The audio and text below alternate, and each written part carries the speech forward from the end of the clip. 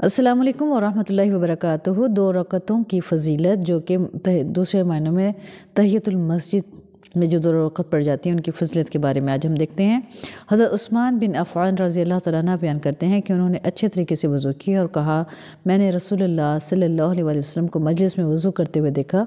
آپ صلی اللہ علیہ وسلم نے اچھے طریقے سے وضو کیا اور فرمایا، جس آدمی نے اس وضو کے مانند وضو کیا پھر مسجد میں آ کر 2 رکعت نماز پڑھی اور بیٹھ گیا، اس کے گزشتہ گناہ معاف کر دیے جائیں گے۔ آپ صلی اللہ علیہ وسلم نے فرمایا، اس عمل سے غفلت مت کرو۔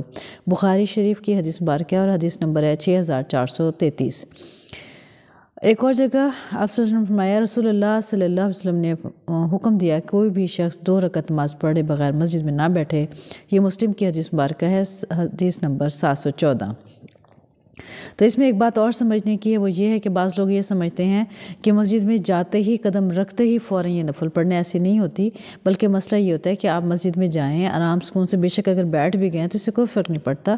آپ جس وقت یاد ہے 2 رکعت نماز نفل تحیۃ المسجد پڑھ لیں، آپ کو سیم جو ہے نا یہ ثواب ہمیں ملے گا انشاءاللہ تعالیٰ۔